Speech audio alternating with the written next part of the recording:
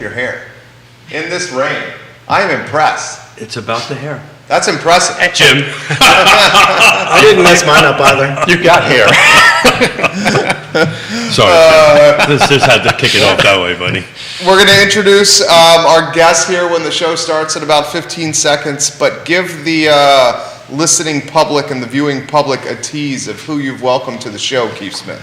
Yeah, two Greene County rock stars. I actually brought my green pen for the Greene County discussion. So to my right, I got Jim Friedel, and I'll let Jim introduce himself and what he does here in a little bit. And then I've got Dale Herring, and we'll let him introduce himself. But they're rock stars from Greene County, and they kind of tell them who they are and what they're doing and all that fun stuff here in about a minute. But looking at Dale, I believe he's about ready to start trouble. No, I'm just saying rock stars. I haven't heard rock stars before, so I'm not used to that term, especially, I like that term, though. Just trying to make you feel better. I Yeah. appreciate that. I called them stakeholders. I like rock stars. Rock stars is better, Keith. Well, how long have we known each other, Dale? Oh, God. Geez, probably 4 or 5 years, 6 probably years? longer than that, because you've been part of TJPDC for quite some time, and we Yeah. were working with TJPDC for the broadband initiative back in 2010. I've been in the commission, planning district commission, For a while now. 11 years, I think. Yeah, so we were probably working together as part of that. So our paths probably crossed. We'll leave it at that. Good. Let's save all this good stuff for the show when it starts. Judah Woodcower, we can rock and roll when you're ready.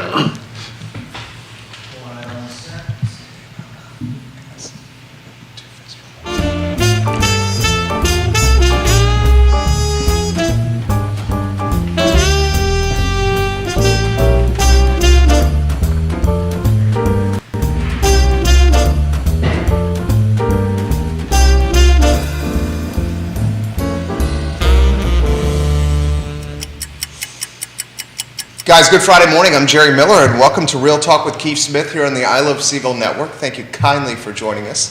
Folks, we have a Charlottesville, Albemarle County, Greene County, Commonwealth, Central Virginia, country, worldwide, and family-wide audience here on Real Talk with Keith Smith. A little bit of Flavanna. You missed the Flavanna part. In-studio guest here on Real Talk. I'll let Keith Smith spill the beans, and if we want to put her on the spot, No. we can turn the camera around and put you on the show. No. We forgot to talk about this in the pre-production meeting. We were not supposed to do this. Okay. That got missed. Good morning, Keith. Welcome to the show, and you've got two buddies with you that I very much enjoyed getting to know in the green room before the show started. For a whole in the green. Oh, the green got room. it. Got the green room. Yeah. So today's all about Greene County. I've been excited about doing this. So on the next couple of Fridays past, and the ones coming up, we're bringing some stakeholders, doing stakeholder roundtables, talking about what's going on in Greene County, a little bit of land use, and who knows what the feed throws at us. We'll have a ton of fun. So I'll let you do the introduction, sir. Gentlemen, why don't we start with Dale? You got a lot of folks watching you right now.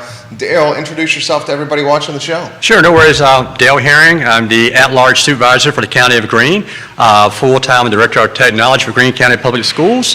And thanks for having us, sir. I appreciate the invite. It's an absolute pleasure. Your second time It is. on the First time real though, right? First time real. So the first time we actually had COVID and we were locked down, and I think if I remember correctly, at that meeting or that broadcast, we had bad news. We had received notification right before we went on air of our first COVID-related death. That's right. That's right. And so I'm very happy to be here. It's a lot different environment today. We still have COVID, but it's a different We're gonna have some situation. exciting stuff to talk about with Greene County, hopefully. Yeah, so it's a lot different than it was 2 years ago. So thanks for having me. Jim, show is yours, sir.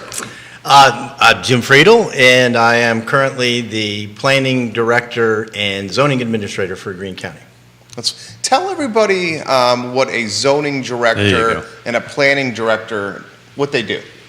So zoning, you enforce the regulations, the county ordinances that were written by the Board of Supervisors. So in Greene County, we have a set of rules when you are doing land development or land use that you have to follow. So if you're in a business district, there's a certain set of criteria, residential district, farming, and certain land uses are allowed in each category, and we enforce those regulations.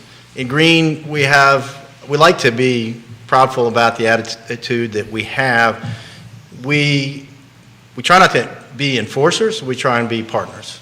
So we have laws, and the zoning office has to enforce those laws, but in Greene County, our attitude is help people achieve their dreams while also following the law, not to throw up roadblocks to stop people from getting what they want. So Good answer.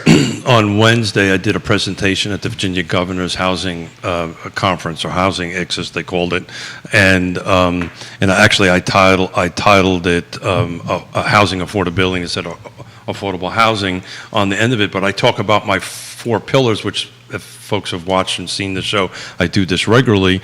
And the key to it is relationship. So I think you're more in the relationship building business, even though you have to enforce certain rules and regulations. But, you know, there is this relationship, and it kind of starts with you, because you're the connector between me as the private sector, Dale as the elected official, and Jerry who's the public. It kind of funnels all through you. Is that correct?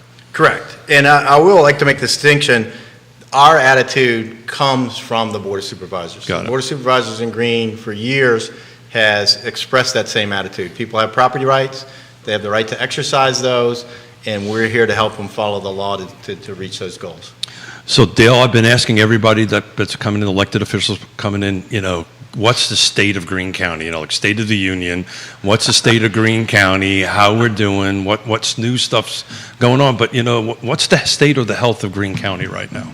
I think we're doing well. I mean, Jim may agree or disagree as to his position, but I think we're doing great. We've got a lot of growth coming into Greene County. Yeah. The numbers are up. I looked at some of the numbers from the CAR report back this past April, just recently released. I think we're doing okay. We've got a lot of projects coming online in the next 2 years. We've got a lot of improvements going on to our highway system, which should decrease the amount of traffic that's coming into play. So yeah, compared to where we were 2 years ago, right, we've shut down for COVID. Right now, things, they were booming then as well, but I think we're on the upswing. I think things are looking good. Even the sales tax was low in Greene County in the free enterprise report. If I remember correctly, we were like 5%. Neil Williamson. Yeah, close to 5%. But we still had a growth. If you look at an industry we have in Greene, a lot of our industry is grocery stores and pharmacies and gas stations. A lot of those industries did not shut down during COVID, and we're still showing an increase after everything else opened up. So to me, I think things all look positive. Well, I kind of want to focus a little bit on that because Greene County, and I'm going to give you up to the minute stats. You know, the CAR data is interesting, but Right. it's kind of already old When they report it. in this particular market on the end of it. So just so that you know, as it stands right now, your median sales price in Greene County, this is single-family detached, right, is $345,000. Okay. You've sold so far 194 units. Put that in perspective. 20 years ago, you sold 80 in 2019. That's 20 years. I think I got that right. And it was $153,000, by the way. And to be honest with you, I think if the inventory is greater, we probably could sell quite a bit more. Well, that's kind of what we want to talk a little bit, right? We've got an expert here that you see this stuff before it comes in. I know there's stuff you can't talk about because it's not public as yet. But what's kind of in the actual pipeline for Greene County, right? And we're going to talk about water.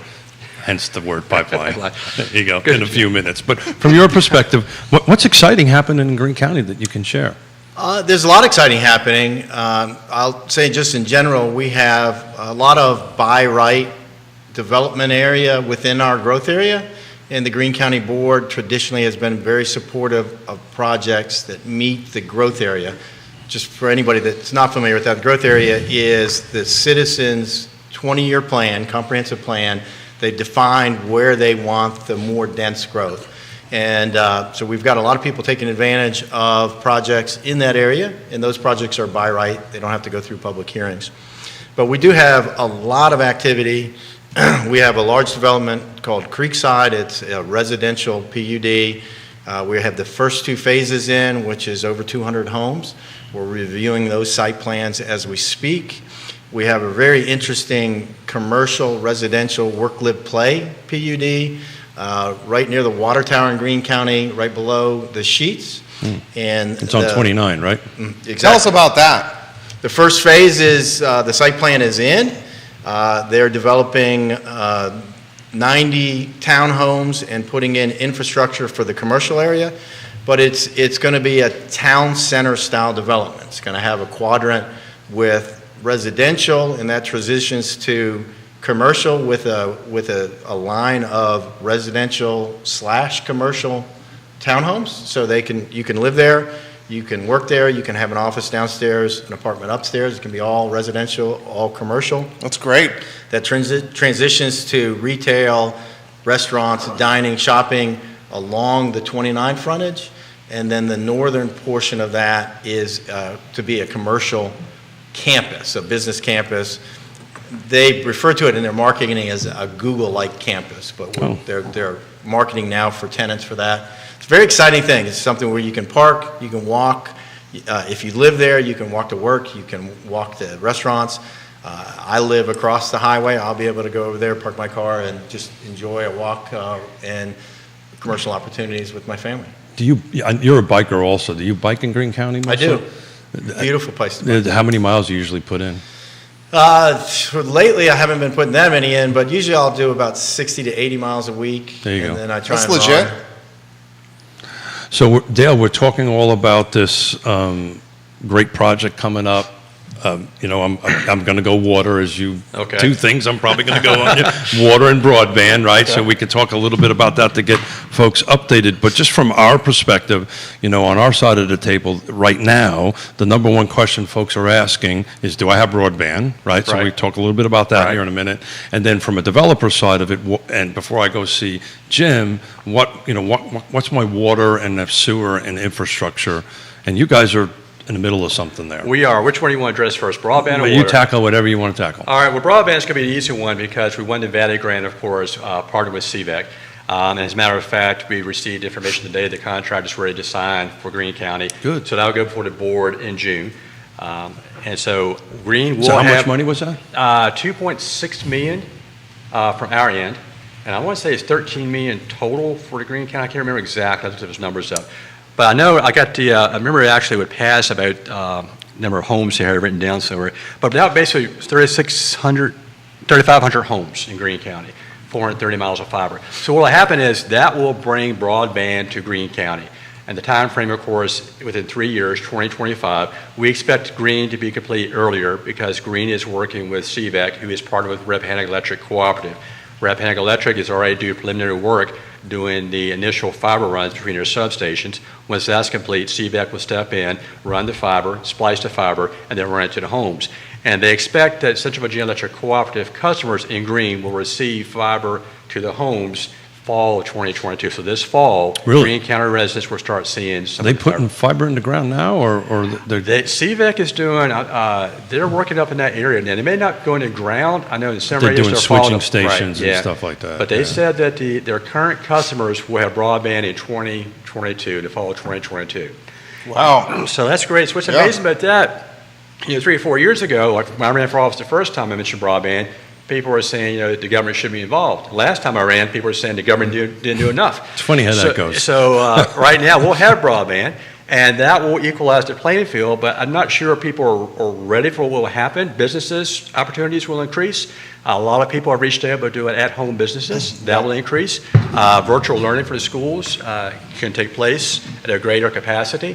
And of course, the real estate values will go up when broadband is in place. That's a proven fact.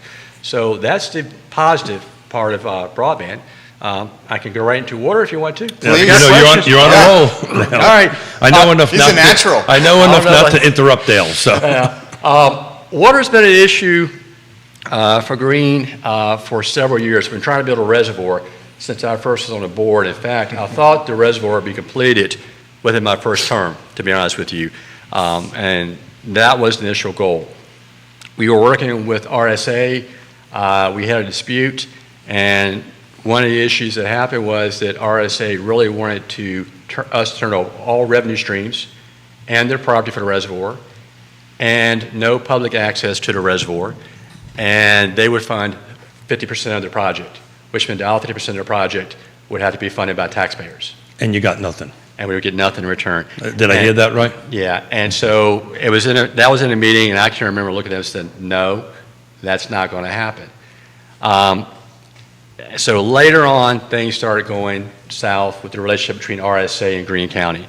The good news today is that a press release came out yesterday. All three boards, Madison, Orange, and Greene, have approved a resolution, have voted on it, and it passed to allow Greene out of RSA. The RSA board itself, which is 6 members, 2 members from Greene, 2 members from Orange, and 2 members from Madison, also voted to let Greene out of RSA. Good job.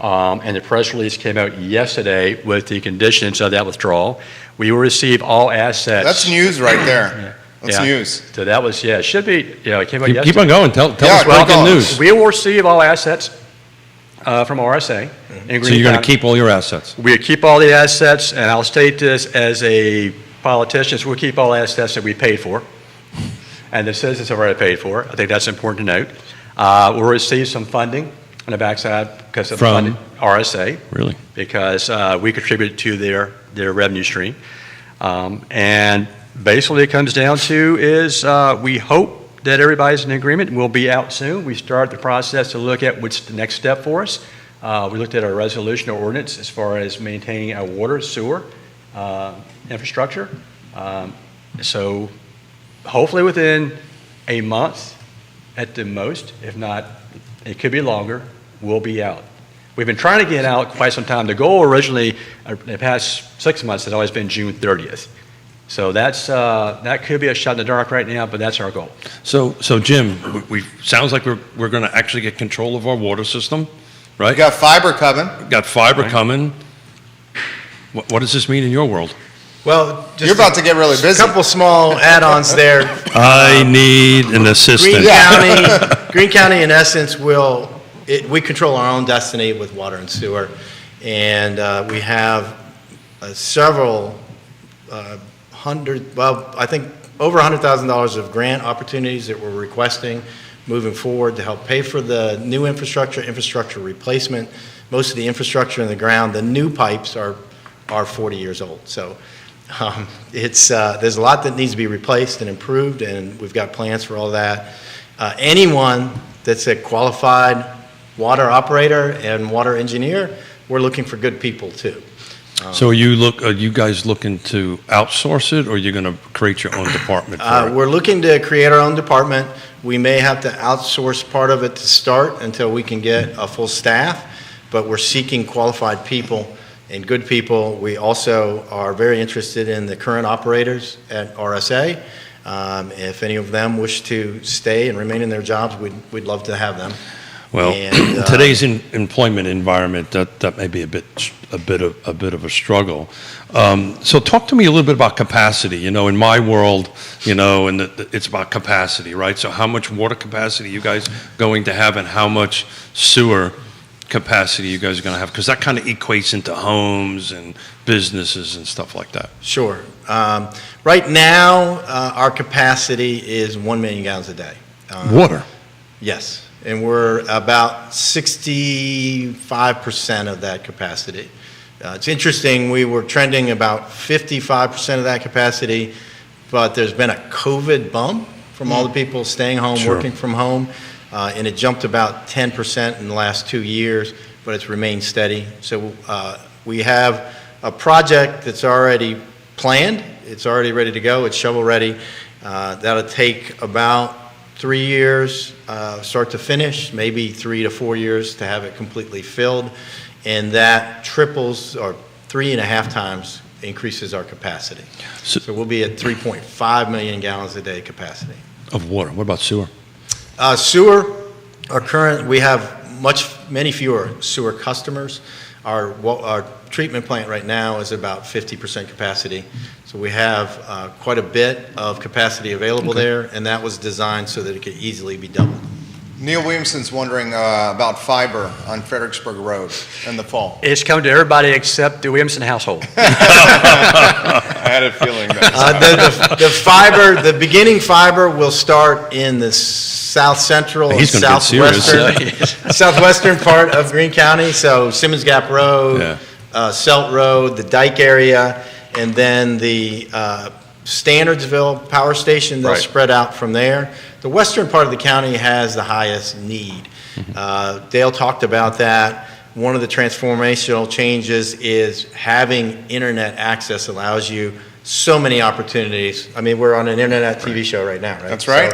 So you've got a huge equity difference between eastern Greene County, where everybody's served with broadband, and western Greene County, that it's about double the median income in the eastern half that it is in the western half. So we have a ton of folks that actually watch and listen, and some of them are not from the region. So part of what I want to talk about when you kind of do this, so when you say Western, you're thinking Standardsville, right? What and that type of area. So Really, Quinquay West, just about. No, the whole half of Greene County from central Greene County west. And one thing I want to point out too, there are people in the eastern part of the county that have broadband service, but it's very poor service. A lot of users in Greene who live in the Ruckusville area who aren't being served by Comcast and other major providers might only get like 1.3 meg download speeds. So they have access. It's a DSL technology, of course, and it's a very slow, and the further away from the substation, the slower the speeds. So, getting back to Neil's point, there are a lot of people in that area who have a connection, but it's nowhere near what it should be. So one. Oh, I was just going to say, research in the documents, Neil Williamson can afford a hotspot, so he'll be at the end. Knew you were going to get that in there soon. I was waiting for you to work that in, that zinger in there. So Jerry and I talk about this all the time on the Neil's show. chuckling. And we ask our guests all the time, particularly the real estate side of the house, the realtors and the folks in that sphere. So where do you guys, I mean, I think I know the answer to this, but where do you guys see the next hotspot? Where is the next Crozet? Where is the next big area in this region? What do you think? In this region, okay, are you talking about in Greene County or No, this region? in our area. Well, that live, work, play development you Yeah. describe is going to that's going to boom.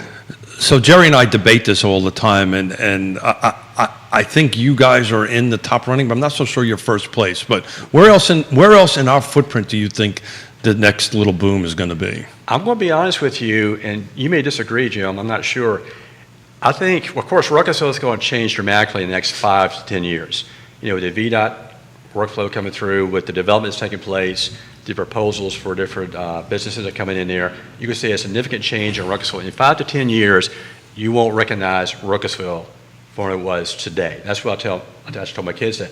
But I think Standardsville, to be honest with you, I think small town Standardsville, I think that in 10 years, you're going to see a dramatic shift in Standardsville. It may not be as the quantity you might see, for example, in an Albemarle County area, but I disagree with you. I think Standardsville's, and that's the reason I threw this question out. Yeah, they're ripe. Right through there, they're kind of like the unknown gem. Everybody's quiet, it's peaceful. You get the bypass right there. The bypass, when it came through, Standardsville's forgotten for a number of years. They're right there, and I think that once we get the water under Greene County's control, and we have that going, I think Standardsville is ready to grow. And again, it won't be as significant as you see in Ruckusville and type of growth, but it's going to be a significant growth. And I look at places like in Gordonsville or Scottsville, a town type environment that's going to change dramatically over the next 10 years. Jim, what do you think? I agree completely. I think Standardsville is an undiscovered gem. There's not many places in the Commonwealth of Virginia where you can have that walkable, compact village feel, where you can live on Main Street, walk down to a restaurant, walk to other commerce, the bank, lawyers, and it just needs some additional housing. There's a lot of by right property in Standardsville, and as the population comes in and businesses come in to serve that population, Standardsville is just a beautiful opportunity for a town. The town's done a lot of work with assistance from the county with the streetscape projects. The infrastructure's there. It's ready to be a really cool little gem of a town. So I was part of that because it's the treasurer of the Thomas Jefferson Planning District Commission. Got too many Thomas Jeffersons in there. on that end of it, I had to actually, because the funding ran through the commission, and I was writing checks and for the work that you guys did on the streetscape, which was a scary thought that they were allowing me to write checks, but that's a whole different issue. That's a topic for a whole different day. On that end of it, I think the reason I keep on getting stuck, just to pivot a little bit, on the treasurer because my office is so close to the commissions, and everybody says, let Smith do it. He'll walk and go ahead and sign checks. But those who are in the area or passing through the area should stop in there and do a little the streetscape project that you guys did there. What was that, 10, 12 years ago? Something beautiful. Something Yeah, it's like been a that. It's while. absolutely gorgeous. So I happen to agree with that. I think Standardsville is going to be one of the next top areas, and we've always been discussing Zions Crossroads, right? Yep. I think Zions Crossroads is primed They are. for that. I have a feeling at the next commission meeting we'll be digging a little bit at Tony O'Brien's and side that you'll get water through your county before we do, and we only been doing it for 35 years. So hats off and congratulations to you guys. So what else excites you about Standardsville, Dale? Seeing the transformation that's taken place, I grew up in Greene. I went to school there, and I can remember walking over to Standardsville to go to different restaurants, after a football game. Standardsville has kind of been forgotten for a number of years, and I'm seeing it beginning to come back to its roots. I'm seeing that small town feel begin to develop again. I'm beginning to see restaurants and stores begin to open back up. Not a huge quantity, but here and there. I'm beginning to see people walk the streets.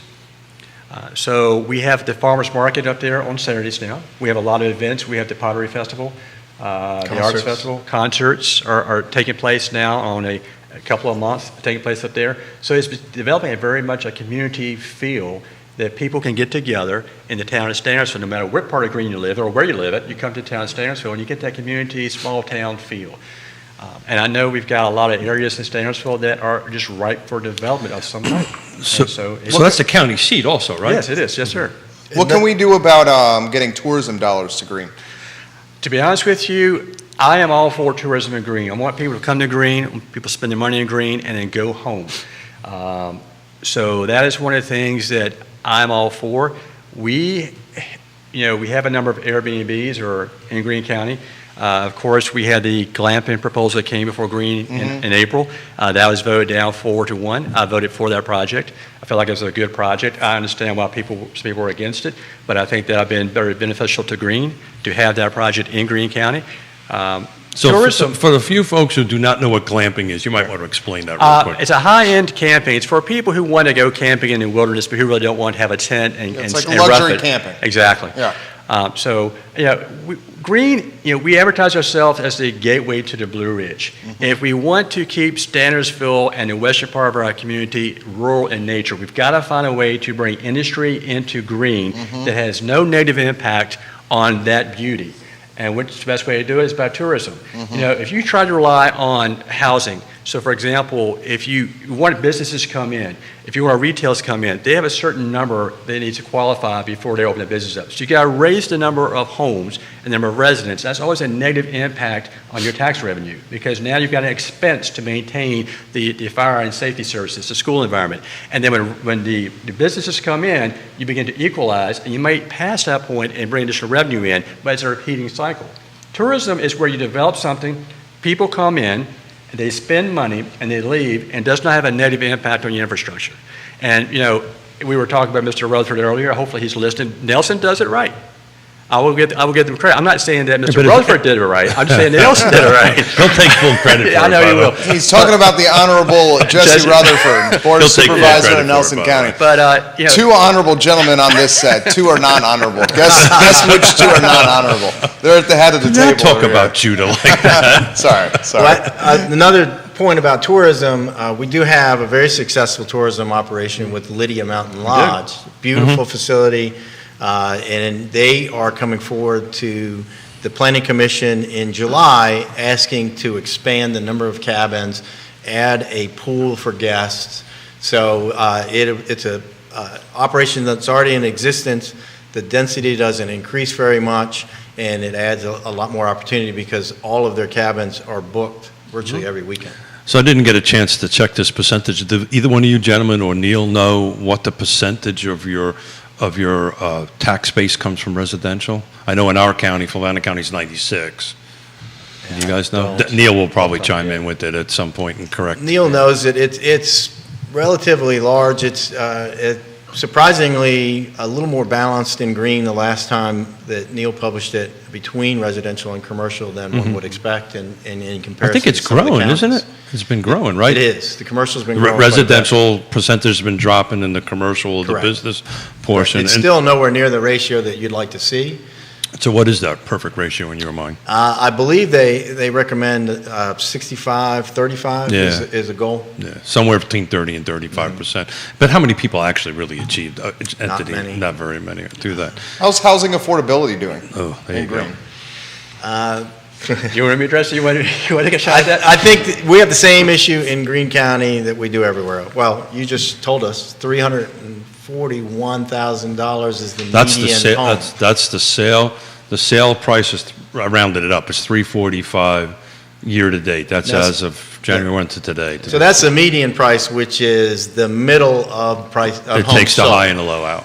That doesn't show you the fact that there are very few homes in the $200,000 range that So ever would come on the you want to market. take a gamble? I ran the numbers this morning.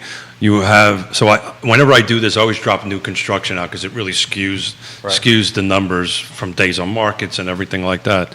Would you take a gamble of how many units that you have available for sale in Greene County, as it stands right now, active, no new construction?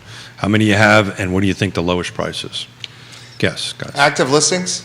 All single-family detached? Single-family or- detached, no. You guys don't have much attached inventory in Green, do you? We have No. You're about ready to three get some. apartment complexes. Yeah. We have Yeah. quite a few townhouses coming online. Yeah, so apartments, as you know, doesn't kind of count in this attached, Like for so sale, it's like a yeah. townhome kind of thing. You're about ready to have some, but at the moment, just single-family detached.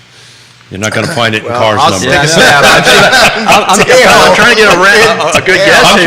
trying to get a good guess. I'm trying to pay you back the Lowest- little wisecrack you did when you Keith, first. you love that. okay. He's looking at his folder. Lowest cost house. Put the folder away I'm there, trying to Dale. get a little. Put the folder away, I'm trying to get a Dale. good guess. I don't know. Let me put I it. would say- It's. $215 for the lowest cost. Oh, you're not even close. No? Oh, it's more than that? Oh yeah. I'm going to say about 285 for the cost and probably about 84 in listing. So you've got 13 homes for sale right now, single-family detached in Greene County, active. Just 13, okay. There's 13, no new constructions. They got to drop Okay, that all, yeah, all right. drop that all out of it. And the lowest number is, drum roll, 387. Wow. What's the highest? You'd ask me that. Hold on a second. Give me a second. In the fives, 530, 540, 550. So obviously, the housing shortage in Charlottesville and Albemarle is very much impacting Green, like it's impacted Fluvanna, like it's impacted Zion's Crossroads and Louisa and Gordonsville. What's the feedback you're getting from constituents, from locals, about what's happening with housing and how expensive it's getting?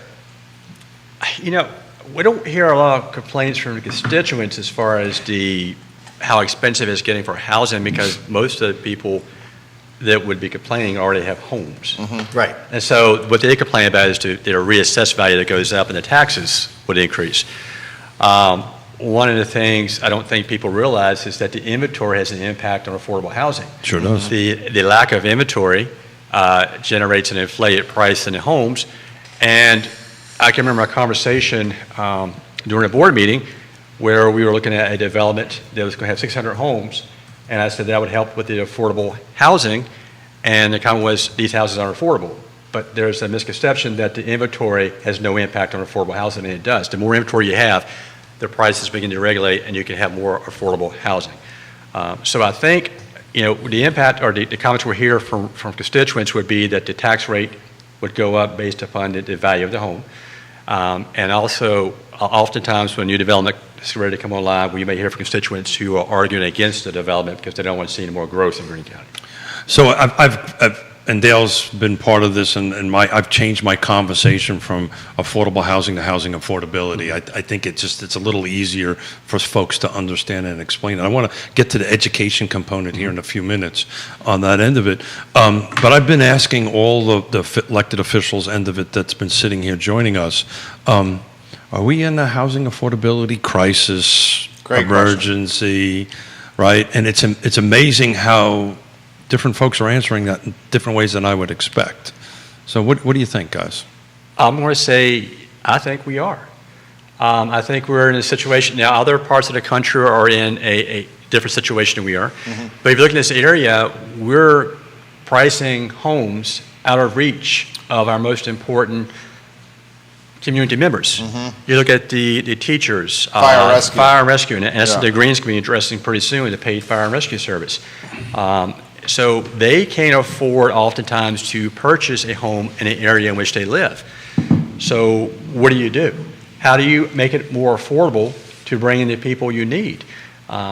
So yeah, to be honest with you, I think we are. I think, as somebody who's now 60, who looks at retirement in 2 to 5 years, if I want to sell my house to move elsewhere, where am I going to move to that I can find a house that I can either break even or afford? And even if I look at a smaller home, because I had the kids, I have one child stay at home, the rest are not. In a smaller home, the price is going to be as much as I sell my home for. And that's somebody who already has a home. So I feel bad for those first-time home buyers. Well, we struggle with that all the time, but I know a couple of really good real estate agents, so when you're ready, give me a call. And see what We'll give you a call. You didn't think I was going to slide that in, huh, on that stuff? So, look, and I'll let you guys jump in, but Dale, it's probably a question more focused towards you. So, folks that oppose new developments, right? It's usually traffic, infrastructures. One of them is the impact on schools. Right. So I know Nelson County is unique because Nelson County actually has a decreasing school population, which is very, it's not the norm. How are we prepped as far as a school system, because that's the hat you wear every day, right? To handle all the work Jim's going to get here? Well, we know that, and there's a time coming we'll need another elementary school. We know that area is going to be Ruckersville Elementary, in Ruckersville area. So we have a Ruckersville Elementary School now. We know that in the future we're going to need another elementary school, and we know that the way growth is taking place is going to be in the Ruckersville area. As a matter of fact, the one development that came forward was proffering property for a elementary school, was proffering 17 acres. That did not get approved, but the chair of the school board came before the board of supervisors saying that's where the growth is taking place. That's where we will need another elementary school. And the comment he made was, it's on the right side of 29. And there's two ways to look at that. It was actually on the eastern side of 29, and that's where our growth is taking place. So we know we're going to need another elementary school going forward. Our high school, middle school, we just finished our project back pre-COVID. We actually had a groundbreaking October 2019. COVID hit in March 2020. So we've actually been through 1 full year of using the new facilities. It was designed to add on later at a reduced cost to the citizens. It's very well thought out so that we're preparing ourselves for growth going forward in the school environment. In our environment, we know that schools are going to grow. We know the population is going to grow. We know we've got to be prepared for that time frame. And it's cheaper to build an elementary school than it is to build another high school. And so the schools and the board of supervisors are already looking forward 10 years down the road as part of our plan. What are we trying to do? What are we going to try to accomplish? Good answer. Anything from the feed there, Joe? Yeah, there's a lot. Transportation is a question that's on the feed right now, and I'll read it verbatim from Gwendolyn, who's watching the program. She's asking how transportation talks are progressing with creating a more improved transportation system that's multi-jurisdictional and seamless with getting folks around. She's also, Keith, as you know, a big proponent of the tiny house movement, and I believe she's doing an effort out there. But here's the question specifically. Please discuss transportation plans. Will there be any type of commuter, rideshare, bus to Charlottesville? You want Dre to address it? You can. Jim's being unusually Jim's quiet, Jim's, so I'm not sure what's going on. I'm waiting for the zingers to I come know, out it's here. like, You're wait for just that. really quiet, Jim. Transportation's a very important I'm part getting of it. nervous, to be honest with you. I am too. Wait for Dale to take a breath. Transportation He's a politician, right? is actually very important. Jaunt, for example, came before our board, and there was a disagreement. We had a lot of complaints concerning the Jaunt interaction. A lot of riders were not being picked up. They get calls, they told them, we can't pick you up, we can't take you there. It was brought up at a board meeting, myself and Supervisor Bowman, we had met with the CEO of Jaunt, and I met with him 2 or 3 times after that. We developed a plan to have an MOU between Greene County and Jaunt. to fully fund them this year. The original goal, original recommendation was not to fully fund them. John said we need fully funding in order to do what we want to do. We came to an agreement, we worked through it, we came to an approval process. The MOUs come for the Board of Supervisors. It's going to be approved. And we need that regional transportation system because that will help Greene County citizens get to Charlottesville, get to Culpeper, get to Buckingham, and John is a regional system. So the goal is to develop a partnership with Jaunt so there's better communication between Jaunt and Greene County so we can figure out how can we help Jaunt grow, which in turn will help Greene County grow as well. And so we are definitely working toward that goal. Now, as far as other transportation methods, Greene is very lacking in a bike pedestrian trails. That we have, I always joke around, we have a bike path when it was built next to Sheets. Everybody came to see it, and that 100 feet of bike path right there, people come by and just look at it. That's the only bike path. Well, you just in watch Greene. Jim go back and forth, back and forth, back and forth, So back and forth. on his we are bike. lacking in there.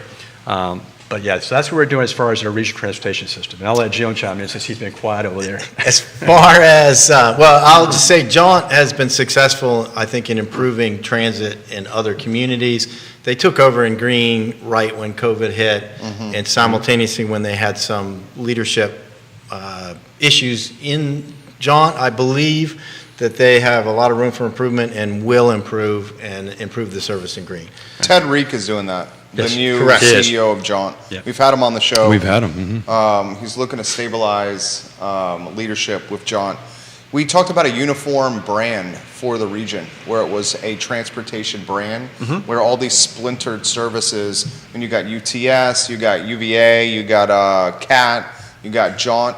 Do you ever see an opportunity to have a uniform transportation brand for Central Virginia, one entity? It would be nice if that happens. I know that the Greene County Transit was also one element of that, and that's been brought over into Jaunt area. Will you see CAT go away? Will you see VA transit service go away? I would say probably not.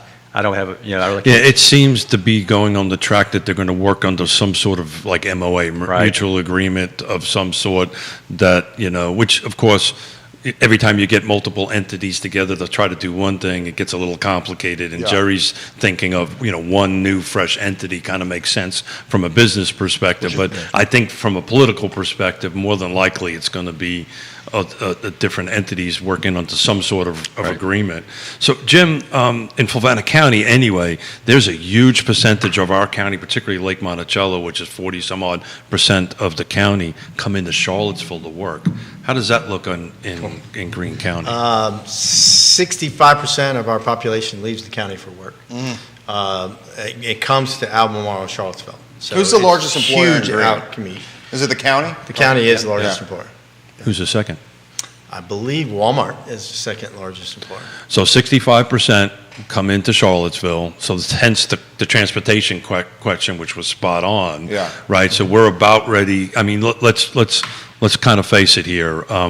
Greene County is kind of where the development's going to go. It's Yeah. Right, you're going to get increased in rooftops and this partnership probably needs to get tempoed up a little bit so folks can get back and forth, because I don't know how you all feel about it, but we've been talking about this, that I think we're kind of get to more of a hybrid, right? You're kind of seeing a little bit less at home work and a little bit more in the office. Are you seeing that in Greene Absolutely. County? We are, absolutely. And I think that the transit is a pretty easy solution because we literally can come from Standardsville to Ruckersville to Hollymead. Right. And then we're in the regional system. Right. And you could have a few of those a day in the commuter hours and solve transportation for a lot of That's people. the reason why I think Standardsville is going to be really, really quick. You can get on that bypass pretty darn quickly, get to 229, pretty darn quickly, and get in. The traffic, depending on the time of the day, could be a bit nutty, but And it'll be helpful. We have 120 apartment independent living senior for middle-class seniors, not yeah. So starting, the site plan came in yesterday. so that's already zoned. Site plan Zoned means and it's going to approved. happen. The site plan, yes, there. So can you tell me who the applicant is at this point, since you received it? Trying to think, it's Maryland Development, it's. Was it the development- Methodist?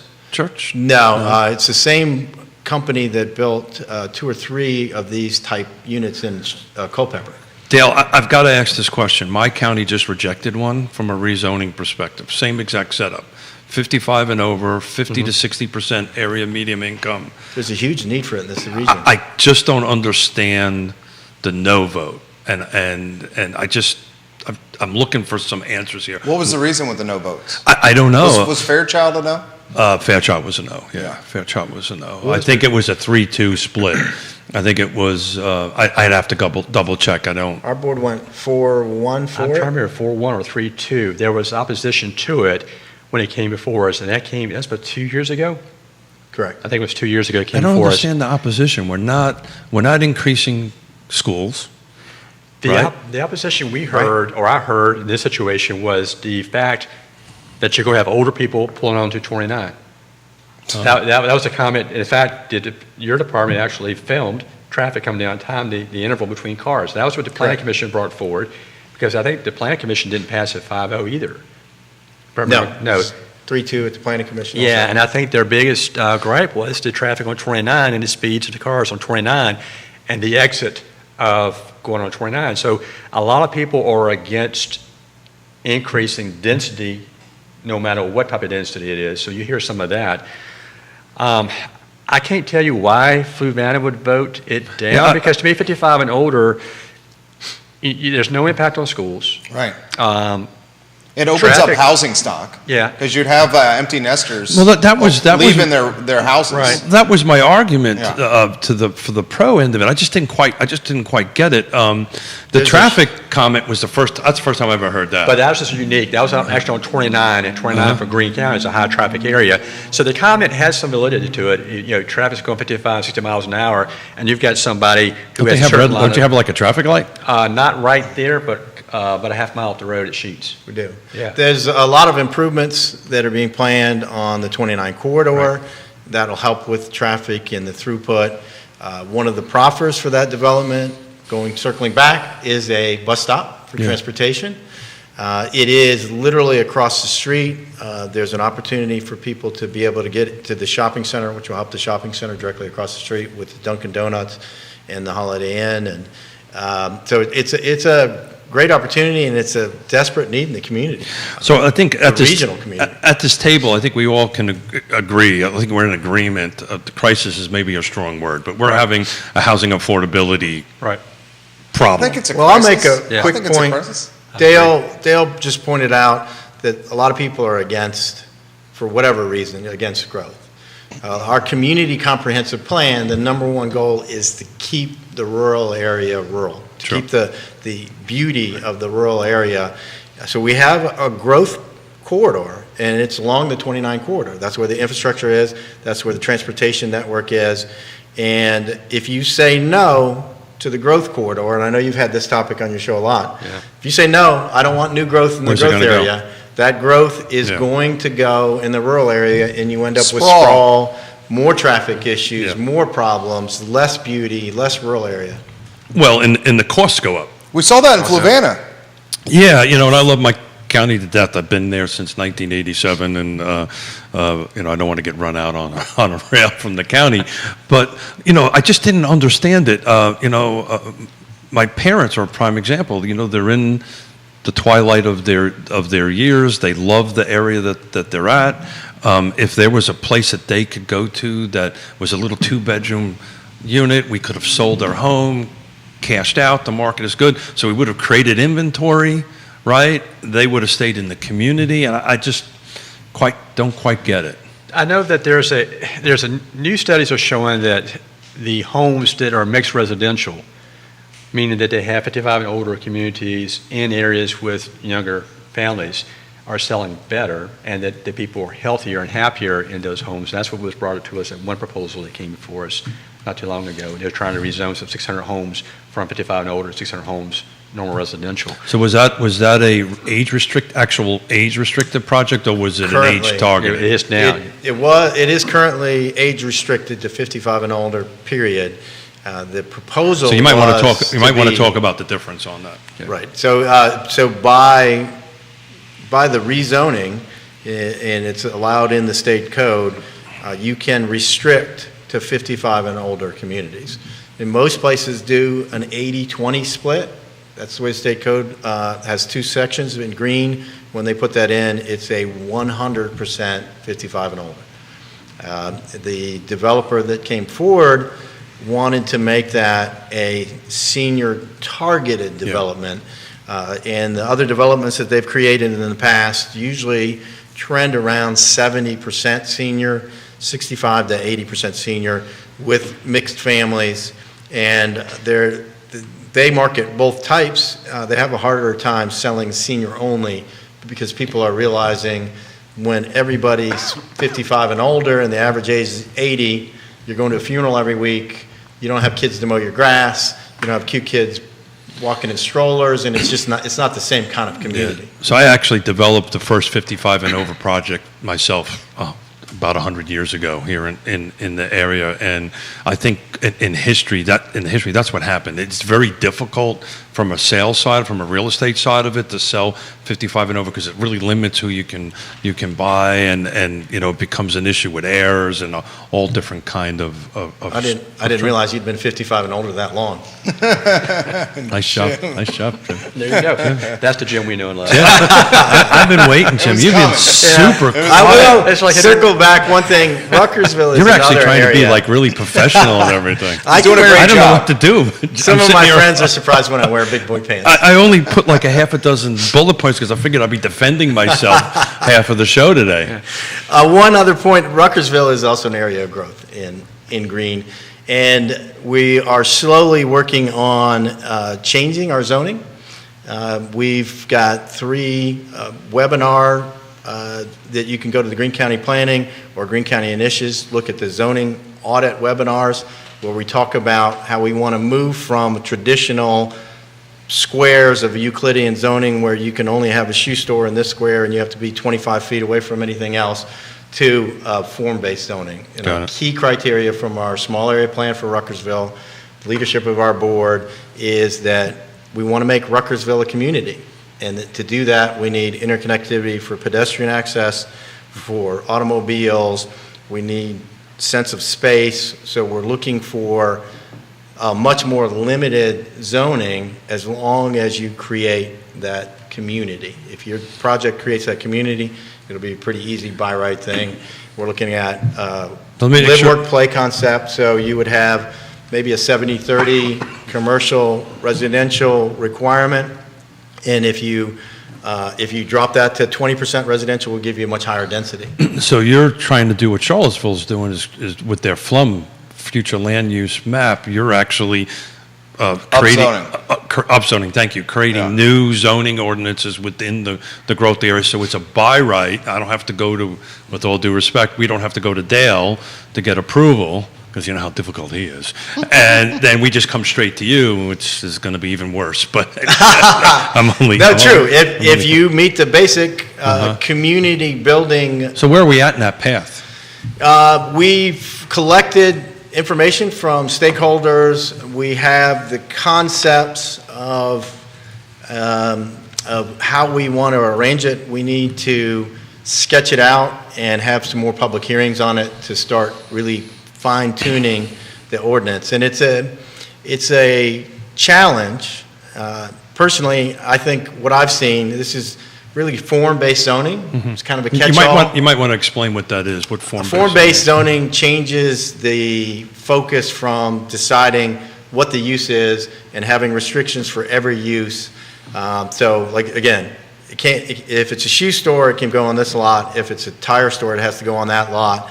The two can't mix. They have to be separated from each other a certain way. A residential operation can't go there because it's supposed to be a shoe store. Got it. And it creates spaces where you have to drive in between. They're not connected. The uses aren't connected. They don't flow together. In essence, it creates Ruckersville, which built up as needed in a bunch of small squares of different things that were necessary at the time but don't flow together. Got it. So form-based zoning is talking about the form of the community, the form of the design of the community. And that starts with Dale's comprehensive plan, right? That Yes. Right, so this is what you guys are in the middle of doing, redoing your comprehensive plan, your land use plans. And I don't want to get too geeked out on the planning side of it, but when do you, I asked this for a very specific question. I have a bet with Neil. And when do you think, not about Greene County, about Charlottesville, when do you guys Are think? you about to make a bet here? I'm not going to make a bet. Okay. Maybe. Miss Smith is watching. Mrs. Smith Literally, is she's watching. Yeah. So when do you think you guys might get this done? This is The huge. This is comprehensive plan or the well, zoning? as everybody who watches the show, everybody knows the comprehensive plan is a non-obligatory document, right? This is our vision. The zoning ordinance is what really makes a difference. So when do you think that might happen? We're working on it. I think it'd be at least 6 months to get it to a document that's ready for the board to review. It'll go to your planning commission first, right? Correct. Right, then to Dale's board. So, and we'll have community workshops. I think that a lot of the examples that are out there, if you look up form-based zoning, you'll see the same document for every community. Yeah, and we don't want that for Greene. So it's a little more challenging that we're trying to do it with our 3-person staff, because we want it to be Greene specific and make sense for Greene, as opposed to just paying somebody $70,000, $100,000 to do a cookie cutter thing that I can just print offline. So the reason I bring it up here is it looks like Charlottesville might have its rezoning somewhere June 2023. He's laughing because this is the You're going to bet. shave your stash on this show. I think That's the bet he has with Williamson. Yeah, have you guys not heard about this? No, I have not, but obviously, what day is that show airing? It's going to air in June of next year. Yeah, He's well, gonna be shaving his I stash. can't remember the date. I believe it was June 19th or something, somewhere mid to late We'll come June. inside and watch. Yeah, Well, please do. And We'll let you in. And I appreciate that. I've bet Neil that the city council would not adopt it before then, and if I lose, I've had this mustache on since 1985. You shave it. I have to shave it off Yeah. on that end. In fact, Neil is shaving it for you. No. I think we did say that. We did say that. You may have said it, but I That did sounds not like agree a to that. completely different type of It show. sounds like something. Completely scary. There is no SEC rules here, by the way, so, there's That was funny. There's That was good. Hey, I've been waiting for you to show up, man. That was really funny. You want a sip of coffee or something? We have a lot of questions from viewers and listeners here. This is from Kelsey, who's watching. Can you ask the panel if the University of Virginia is doing anything in Greene County? We would love for the University of Virginia to come. The planning director will make it as easy as possible. Okay, there we go. Well done. Yeah, it was beautiful. This question's coming about economic development. What is keeping a larger employer from setting up a headquarters or a satellite campus or office in Greene County right now? That's from Grayson. Probably the question about water. Would you agree with that? No, the water space? question's resolved, Okay. and it, honestly, infrastructure, there's no interstate in Greene County. It has the advantage of being at the crossroads of 29 and 33. Greene County is one of the smallest landmass counties in the state. A third of it is mountain, so we don't have large parcels. We have very few large parcels, and the large parcels aren't contiguous to the infrastructure. So there's limits, and we are interested, excited, and welcome anyone, but they're going to have to want to be in Greene County because, there's Louisa is a county that has an interstate that run through it, and it's flat with pine trees and sand. So there's lots of open space. It's easy to build there. Greene is up and down, and it doesn't have an interstate, and the parcels are small. So it's a unique place. It's a great opportunity for the business that it fits. And again, we'll work with anybody we can that wants to come and bring jobs to Greene. So the Zions Crossroads area, the pushback that I'm hearing from larger business, this is what I hear. This is not an official county perspective. This is what I hear from my world and my commercial and residential business, is they don't move here. Well, the water and sewer is pretty typical conversation. It's not enough rooftops. Where are my employers, where are my employees, going to live, right? And so that is the struggle in Zions Crossroads for it. So that's the reason why you see a lot of retail, right? A lot of, 64 stop kind of food stops, so forth and so on. But you're not really seeing large 100, 200, 300 employers because they just don't know where to put them, right? Where do you put your employees? Our town center that's being developed currently has attracted, for the first time, larger employers through the Virginia Economic Development Partnership because of that exact reason. It has a live, work, play concept. So the employers aren't as concerned because their employees can literally live on campus and walk to work. And that makes it much So that more helps that attractive. percentage of people leaving, right, obviously, out It does. that way. And I think, it brings to Green something we've never had before. So we're literally, instead of being somebody that just gets an email from the state, they actually talk to us now. so that's going to be, help your tax base, right? It will. Amazingly. On that stuff, so that's great. Any other questions? Yeah, this is on personal property taxes. With Okay. the used car market out of control, what did the county do to alleviate tax burdens associated with personal property?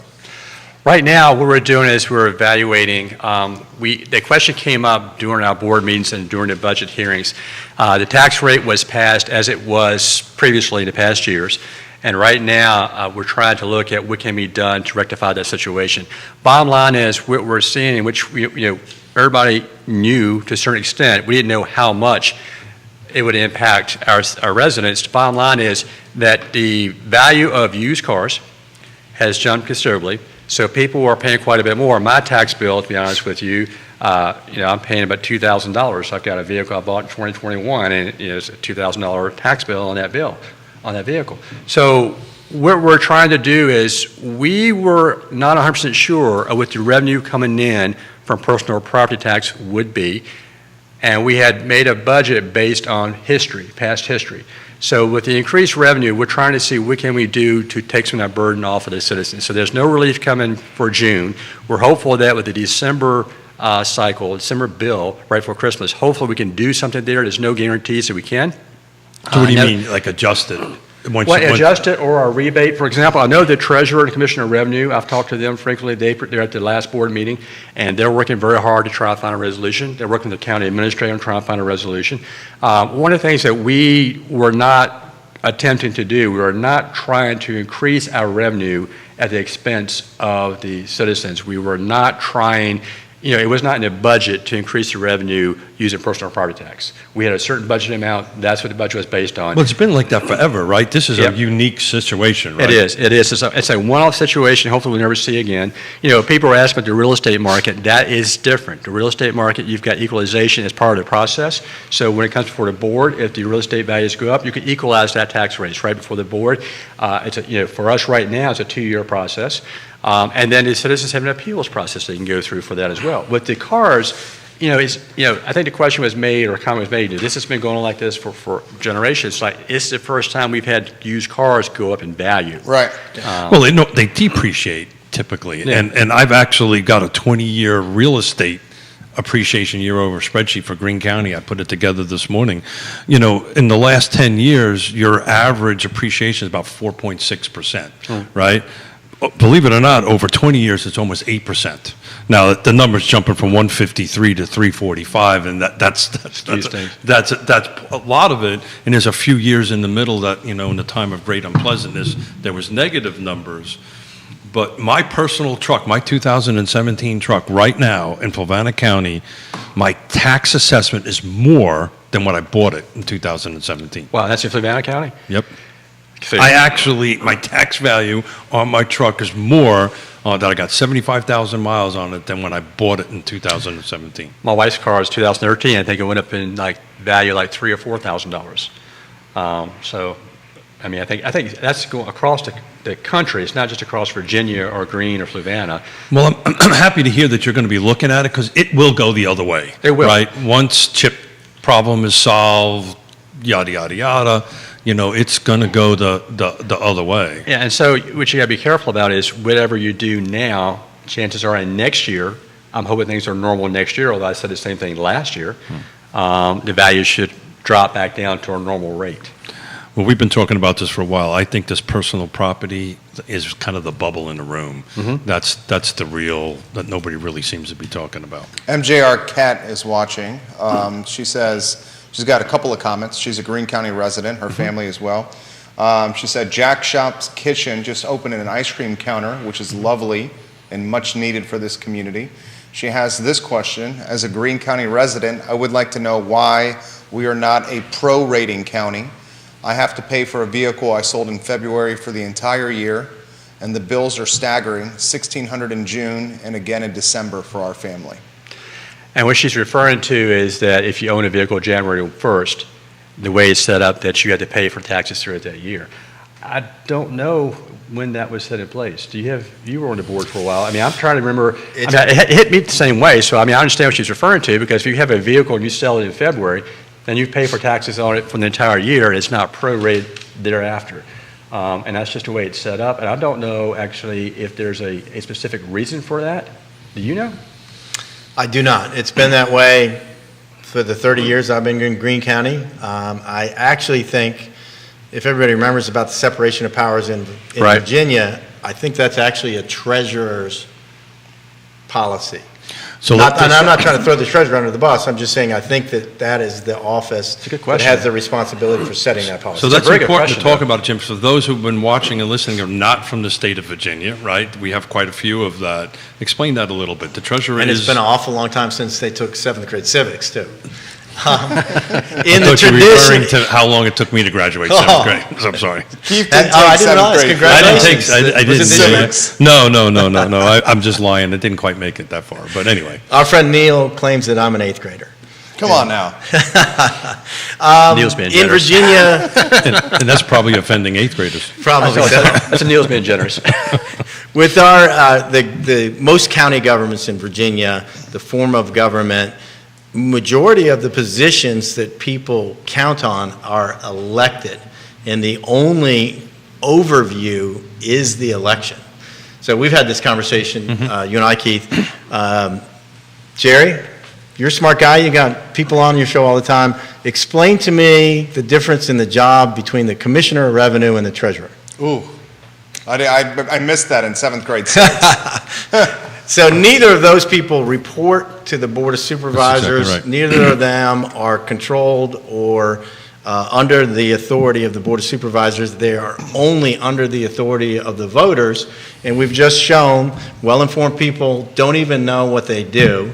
Oftentimes, there's one person that runs for the office. And don't get me wrong, there's a lot of great people that do it. But before I worked in county government, I voted because I recognize the name. That person's been doing it. They must be doing a good job. And unless you have a tax problem, unless you have, you've been arrested by the sheriff, you just assume all these people are doing a great job and you reelect them. And these two different elected officials sometimes conflict in their, Correct. in their opinion on how to do something. But at the end of the day, Dale controls the right. Dale controls their budget, right? We control their budget for Like the school county, system. right? Yeah, so we could have some control over that, but we'd have no control over what they do in the Operationally. office, right? And so, there was a push last year trying to get MOU between Constitution officers and the county, and we did not go through with that. We may look at that again in the future. But yes, I mean, right now, I think our Constitution officers in Greene and Greene County government, they all are working well together, in my opinion. We've had some situations in the past where that wasn't the case. But right now, we kind of laugh at those situations and we're all working well together. But that was a great question. But so to get out there, who actually does the assessments for your county? The property assessments are done by a third-party firm, a mass appraisal firm. But who engages that? Is it the county engages that, or is it one of these elected officials that engage? The board actually just had a resolution the other day to hire Got a it. firm, the Are you talking- lowest bidder firm, to do a mass assessment. Real estate or personal? Real estate. Real estate, okay, that's, yeah. Personal is, Yeah, NADA, yeah. yeah, correct. So anyway, it's just important, and then to throw back out there, I know Dale's in the school system, and folks that, again, who are watching this that are not from the state of Virginia, there's two separate boards, right? There's the school board, and then there's the Board of Supervisors, and the school board depends upon you to give money, but it's operationally completely different, so that's why there's sometimes of a disconnect between what the school board is thinking and what your board is thinking. I'll get to one more question. We're trying to get to as many of these as possible, guys, here at just before 11:30 on a Friday here. Gwendolyn, for you two gentlemen. When meeting with Steve Borders and Stephanie, is it Golan, several years ago, They both suggested that I do my small home concept international villas on land zoned recreational. What percentage of land in green is zoned recreational? What percentage of total size is Shenandoah Park? Shenandoah Park and the National Forest are about a third of the county. I don't know the exact acreage. And there is no recreational zoning in Greene County. I think maybe the understanding there is that through our tourist lodging, we allow through special use someone to request a number of units on a particular parcel. That's the only option we have currently. We have some unique ideas that we want to try and consider, some clustering regulations that would allow for tiny home communities, but those are just in the infant stage. One last question, because I like this one here. When is Greene County going to get a brewery? Ooh. Well, we have, don't we, on the 2933? We do have a brewery. Yeah. Octonia Stone Brewery Yeah. is currently located on 29 and 33. I think the fact that Greene County is in control of the water will help with some potential Right. larger breweries. We have a few people that are proposing brewery/wineries out. The old Autumn Hill Winery is considering that. You mentioned ice cream earlier, we are getting a move-through. I saw that. Yeah, That's exciting. sweet. I'm a lover of sweet. Oh, jeez. It's going to do well. Green's primed to boom, man. You guys are in the catbird seat over there in Greene County. I got to tell you, Standardsville is going to grow a lot faster than everybody thinks it's going to grow, Yeah. and I think you guys are going to get your rewrite of your zoning ordinance long before everybody else does.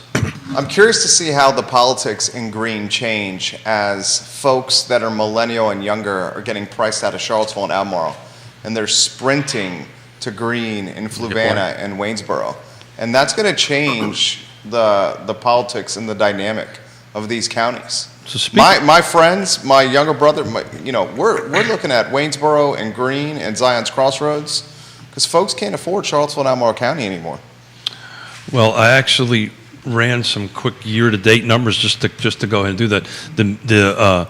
The median sales price in Charlottesville now, same thing, single-family detached, no new construction, is $456. Albemarle, $460. Fluvanna, $322. Nelson County, believe it, is up to around $500. Yeah. But that's a lot of large tracts of land. Right, yeah. In that, that's a little bit of a skewing factor. And if I would have done like just 5 acres and under, it would have been different. And Louise is up to 378. So Greene County is kind of Greene County and Fluvanna. If you're just taking a look at the price points right now, Fluvanna is number one as far as the lower, and you guys are number two as far as But we're over three. No matter what. Even at those levels, you have to earn more than the median family Right. income in the United States to be able to walk in the door. Well, that was what we were talking about down there. Charlottesville City is now 111,000 median Well, income. so is Greene though. Yeah. So Greene, Fluvanna, Nelson. Oh, that's right, yeah. Greene, right? So because we're all part of the MSA, is 111 something. I can't remember the two. In Greene, we have a pretty big difference in the median income across the entire county drops quite a bit. Ruckersville is very high. Everything west of the center of Greene is considerably lower. So those are HUD numbers, right? Used for housing affordability and all this great stuff. But I'm asked the question all the time. Oh my God, Greene, Fluvanna, 111. Well, how many people from your county drives into Charlottesville to work again? What's the number? 65. 65%. Yeah. There you go. Their salary is coming back that way. And that's the reason why the number's so high. Gentlemen, thank you. I really expected to get my head handed to me. This is a great show. You guys were great. Maybe You were next very time. well, Jim, you were very well behaved. I'm going to have grab. to bring you back on because I was all prepped, man. I got up early and got prepped for some zingers. How about a closing message from the both of you guys for the viewers and listeners on the future of Greene? We're growing. It's a great place to live, a great place to have a business. It's a great place to bring your kids to school. So if you want to come to Greene, come to Greene. We welcome you, and I'm sure you can add to that. I think the same message I started with in Greene County. You have property rights. If you have a good plan, we'll help you find a way to make it come true. So I love it. I've been coining this term for quite some time, turning red tape into green tape. Seems like Greene County has figured out Green how with to, an E. has figured out how. Green gets it. I got my green pen. I think Greene County's figured out how to turn some of this red tape into green tape, so thank you, guys. Great show, guys. Thanks, guys, for having us. Great, Appreciate it. great show. Thank you. Real Welcome back, Talk please. with Keith Smith. The show is archived online at realtalkwithkeithsmith.com. All the shows there. We thank Yes Realty Partners and Keller Williams Alliance for being a part of the program. Judah Wickhauer for keeping us online, our director. I Love CVille show, guys, is up in 59 minutes. We will see you then. Take care. Good job. Thanks, gentlemen. Thank you, guys. Thanks for having us. I appreciate it. It was excellent. Oh, look at this. Look at this. The audience is a